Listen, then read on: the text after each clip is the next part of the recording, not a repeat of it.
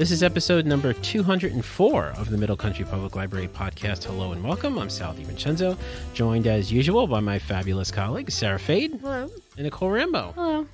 How are you ladies doing? Happy New Year. Happy New Year. Our first episode of 2022. Wow. And boy, am I excited. And I'll tell you why I'm excited, because we figured we'd start off the year on the right foot.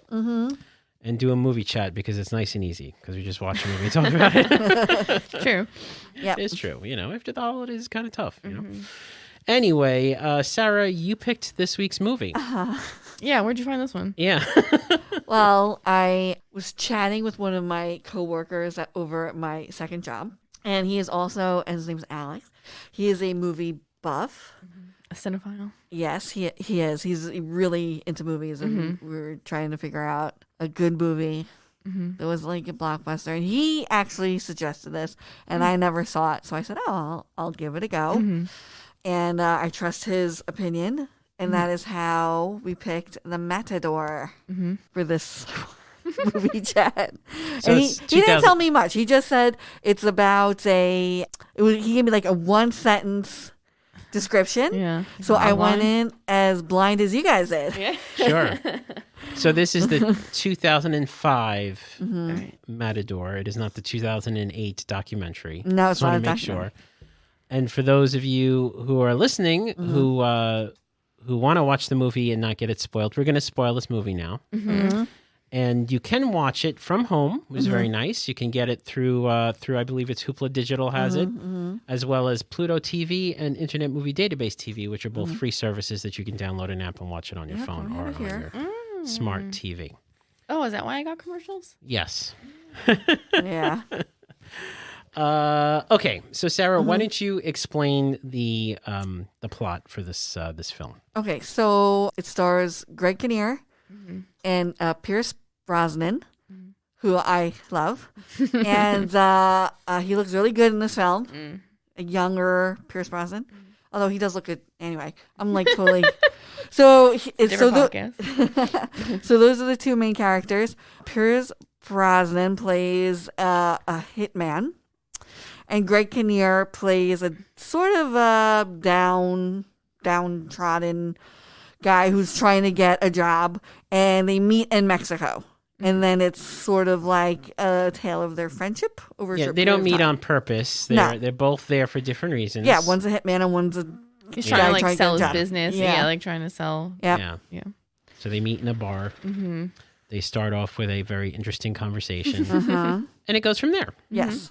I guess we can get a little deeper into the plot, can't we? Yeah, well... I mean, so, his character, Pierce Brosnan's character as a hitman, is losing his edge. Well, he lost his edge. Okay, yeah. Well, he's still doing pretty... I mean, he still does the first one pretty well, right? The second one. Well, when he first meets Greg Kinnear's character, he's fine. And Yes. then it goes down. It goes downhill from there. Gets a little anxiety.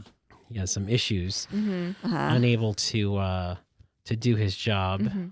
And because of it, he's in a lot of trouble with the powers that be. His bosses who... what is he? He's a facilitator of fatalities? Yeah. Is that what he does? He's not a hitman. There is a little bit of a twist in this film. Would you say? You think?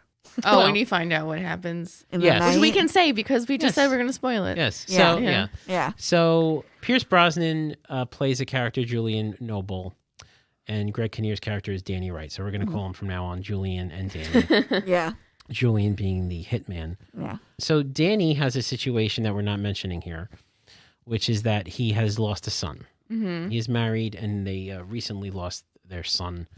Young 4 years ago. 4 years ago. Yeah. Well, but Right. it's recent. Still hurting in his head. Happened a terrible accident. Lost a son. Right. So he mentions this to Julian. Julian is not. He's not a socially adept at continuing on conversations. Right. Can't handle the situation. So he starts telling a very rude and Yeah, this is very much rated R. This very movie. just This a isn't joke. A family. Yes, this is family not a film. family film. Danny gets so upset with that he just basically walks out. So the next day, Julian sees Danny again and says, listen, I feel bad that I told that tasteless joke after you told me that you lost your son. I'm sorry. I lost my wife, and, drove a our car into a tree and she died, and I have a hard time dealing with emotional things and blah, blah, blah. Anyway, that's my explanation of why I'm such a jerk. Will you please come with me? I have an extra ticket to a bullfight. There's nothing like a bullfight in Mexico City. You got to see it. So they go see the bullfight. And in the process of seeing the bullfight, there's a great scene where Julian shows Danny what he does. He doesn't really kill anybody, but he shows how he sets the situation up, blah, blah, blah, blah. And he asks Danny, after all this, if he can help him with a job and actually be the second person to help him. Not actually kill the guy or girl, but to facilitate that and help him out and trip in front of the bodyguard so this way he can get a shot off, I guess. And the movie up to that point, he says no. Danny says no. Julian comes to his hotel room and says, "Please, I'm sorry that I asked you that. Can you please open the door?" And the movie pretty much cuts short at that point. Screen goes black. You don't know. Well, you don't know if he answered. Wait, is that what happened? Yes. He wants. Well, he was telling Danny because Danny wasn't. He didn't get the job, and I thought he was offering up his services to Danny. No. That does happen. Yes, but you're jumping ahead. Oh. Yes. So what happens is he knocks on the door. You don't know if whether or not he opens the door because the screen goes black and then it says 6 months later. Right. Yeah. Okay? So we don't know what happened there. So now 6 months later, Danny is home. He's with his wife. They have a nice, sweet moment. They're talking about his kid and how this whole situation and how, they met in high school and so on and so forth. You kind of get a little more backstory to their relationship. And all of a sudden, in the middle of the night, 11:30 at night, there's a knock on the door, and it's Julian. He's in Denver, and he shows up because he has not been able to do his job correctly, and he's basically on the run because there's a hit out on him. Right. Okay. So he shows up in the house. What did you think of that whole scene there, where he comes into their room and the wife is like, "Oh, let's have a drink," and it's a little uncomfortable. It was for me. I didn't. I was like, the wife likes him. Yeah, the wife. I thought the wife was cool. Well, I didn't. The wife was cool. I thought the pacing was weird at some points. I thought it was like weirdly paced. Maybe that was the point. Like I didn't think the scene itself was bad. You saw it with commercials. Yeah, but like, the commercials were super short. Were short, and they were. I couldn't take it. I can't. Well, we watched it on Prime. I thought we hit the Prime button. Yeah, it is. It's Internet Movie Database. TV is Prime. through Prime, and they do show commercials. No, I paid the $2 for it. Did you? Yeah, and I think it might be different because we started with commercials, and I'm like, I can't get into a movie with commercials. Like I have to I can't watch a new movie with commercials because I just can't get into it. But I can watch an older movie that I saw. Right, you know what I mean? I felt like they placed the commercials during the scene breaks. I felt like it wasn't abrupt. It wasn't bad. I thought the scene was a good scene, but I thought it was paced a little weird. Yeah. It's good. I thought it was cool. I like Hope Davis. I thought she did a good job. I didn't know where it was going. That was the point, right? Well, I think that's the point, that he's a little unstable. Right, yeah. So you don't know if he's gonna hit on her and be totally inappropriate or and towards the end of that scene, they were all drunk. Right. So he says, "Oh, I want to dance with your wife," and he lets him dance with the wife, and it's a funny, uncomfortable type of situation. Yeah. But basically, Julian asked them, can I stay here the night? Because you're my friends. You're my only friends. Yeah. This is my home. Even though I have no place to go, I'm hiding out. This is it. So they say, yeah, sure. Which is, again, I feel like Danny portrayed, because Danny told his wife everything about what happened in Mexico, portrayed him as who he was. And I think they kind of dug it. I think they both dug that they wanted kind of like that lifestyle. They wanted to live vicariously through this guy. Because quite frankly, even though he's kind of brutish, he's quite charming. I mean, it's Pierce Brosnan, for crying out loud. Yeah. So he asks Danny, he says, I need your help to do this job, because if I don't do this job, they're going to kill me. So I basically got to do this, or I'm dead. He convinces Danny to do it, and he says, because Danny, you owe me. So then they don't even go back to the scene, the hotel scene from the middle of the movie where it kind of cut off. So we don't know what he owed him. Well, he just tells Danny that this is his like last job, and then he doesn't have to do it anymore. Yes. He doesn't say it's because he's going to get killed. Yeah, well, he does after it happened, yes. and I think that makes Danny feel better. Yeah. Because of what happened. But, but he doesn't tell him that off the bat. So Danny was down to help him do this job, even though it didn't mean that he was going to die. Do you know what I'm saying? Yeah, no, I thought he made it. Yeah, I thought that. No, because when they're on the plane, he's like, "No, that was my boss. Now they won't kill me." No, well, right? No, he did tell him. No, he did tell him. He did tell him. Say. I wasn't watching this movie apparently. I thought the point was that like he just said, once I do this job, I'm free and clear. I don't have to do this job instead of anymore. being killed. Oh, he did say that. Yeah, he did. Instead of being killed. That's why when he like froze and he did his little pep talk, he said, "You have to do this, or else I'm going to kill you." Like, he did say that. Danny goes with him. Danny does his job, which is basically just being a distraction. Yeah, and Julian can't do it. He actually can't. He can't kill the mark. So Danny finds him and says, "Listen, you got to do this. You have to do it because I can't. We've come so far. I can't see you end up." This way and such and so forth. And he talks him through this mark, and he does it. You don't see it, right. but he does it. And in this process, on the way back on the plane, they're discussing it. And then Nicole, he does say, the mark was my boss, right? The boss who was trying to kill me anyway. Yeah. So I am free and clear. And then in that conversation, we find out what this thing that Danny owes Julian, because he did let him into the hotel room in Mexico City. They did have a conversation, and evidently the conversation was Danny asking Julian to kill his competition for this job that he was down there for. Yeah. And Julian talked him out of it and said, "No, you'll have bad luck for the rest of your life. For your life, it'll follow you." Yeah. So it was a touching moment. It was an interesting situation. And then the movie ends with them visiting their son's grave and Julian leaving to go to Greece, to the little Greek islands with the little Greek people. I think the lovely little Greek people.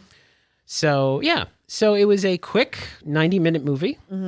A lot was cut out of this movie. Actually, there was like 35 minutes that was cut out of this movie. Really? Which I always say this. I always feel like I would love a little more character development. But I kind of got it. I don't think this film required that. No, I don't think so. I think it was very clear and well written enough for you to understand who these characters were, how they were, what they were doing. It definitely is not a family film. This is a hard R. Well, not for violence, but there was a lot of sexual things. Yeah, I wouldn't call it a hard R though. Yeah, it's just, okay. Yeah. Maybe for Sal. For Sal, it's NC-17. For Sal, yes. Sal's rating is a little different than ours. Yeah. Yes. It's like, whatever. What did you think? We'll start with Nicole. Nicole, what did you think? I thought it was entertaining. Clearly, I wasn't really paying attention. So. It was the commercials. I'm telling you. I don't know. I was also making my dinner. If I'm making my dinner, I mean putting something in the microwave, but I think that threw me off. Threw you off, yes. The beeping noise. Yeah. No, I thought it was entertaining. I was a little slow. I really like the premise. I love a good like hitman, like the life of a hitman. You know what I mean? Or like them not being able to do their job. I think that's like funny. Like I like the premise. I like Greg Kinnear a lot actually. So I liked it, but I thought it was like a little slow in some parts. But no, it was good. It was good for 90 minutes. Yeah. Sara, what'd you think? I liked it. I thought Pierce Brosnan was a good choice for the role. Because I was trying to think who else could play that role. And I would not have picked. I don't really know a lot of Pierce Brosnan movies, actually. Well, this was interesting. The interesting thing about this movie, and he was nominated for a Golden Globe for this film.